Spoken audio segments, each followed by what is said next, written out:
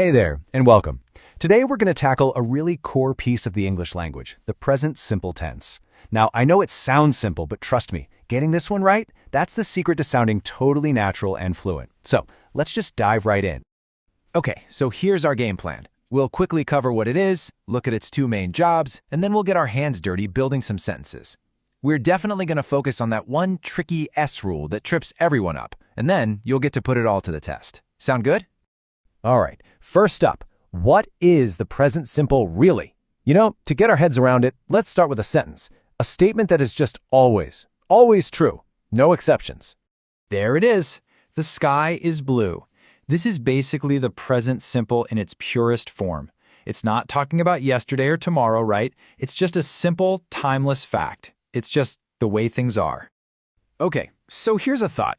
What on earth does a big universal fact like the sky is blue have in common with, say, your daily morning coffee routine? It seems kind of random, right? But the answer, well, that's where we find the two main jobs of the present simple. And that brings us right to the heart of it. See, the present simple basically has two main gigs, talking about habits and stating timeless facts. Let's break them down.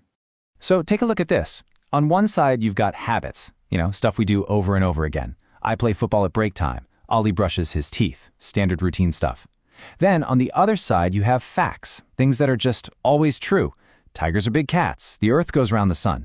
And what's wild is that we use the exact same tense for both of these things, for your personal habits and for these huge universal truths. Okay, so we've got the when, now for the how. How do we actually put these sentences together? Let's get into the nitty-gritty, the nuts and bolts. Check out this table. It lays it all out pretty clearly. You see that for I, we, you, they, it's super straightforward. Like cheese or don't like cheese. Easy. But, and this is the important part, when we get to he, she, or it, things change a little. The verb gets an S, so it's likes, and the negative form uses doesn't. That little S is the key to everything, and we're going to circle back to it in a big way. And guess what? The exact same pattern shows up when we're asking questions. We use do for that first group, I, you, we, they, but for he, she, it, we have to use does. And here's a pro tip. Your short answer always has to match the question word. So if I ask, do you like cheese? You say, yes, I do.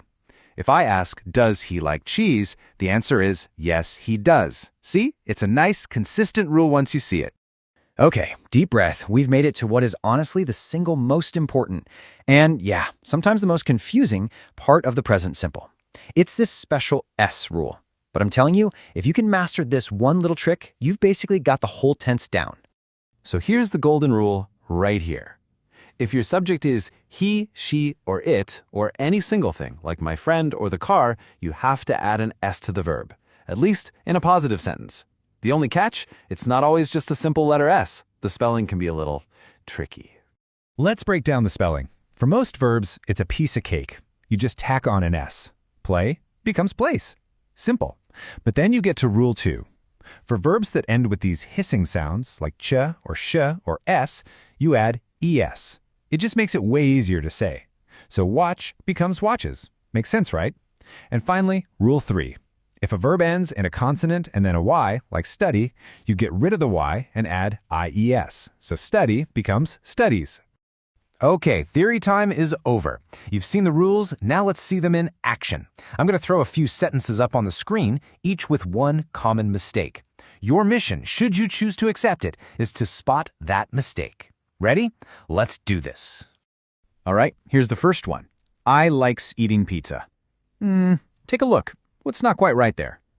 You got it. That tricky S rule is only for he, she, and it.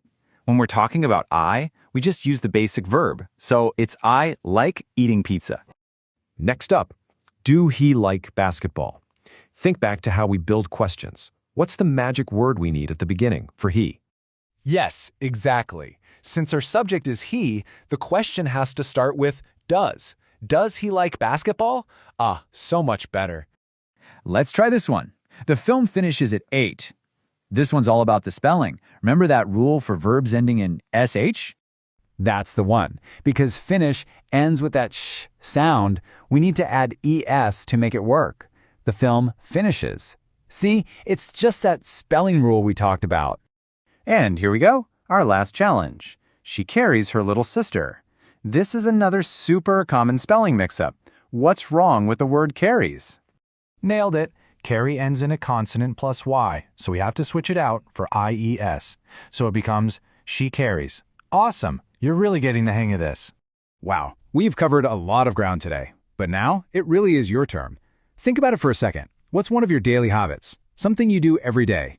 Go on, try writing it down right now in a full sentence. It could be, I drink tea in the morning, or my cat sleeps on my bed. Seriously, doing it right now is the absolute best way to make all this stuff stick. Thanks so much for joining me.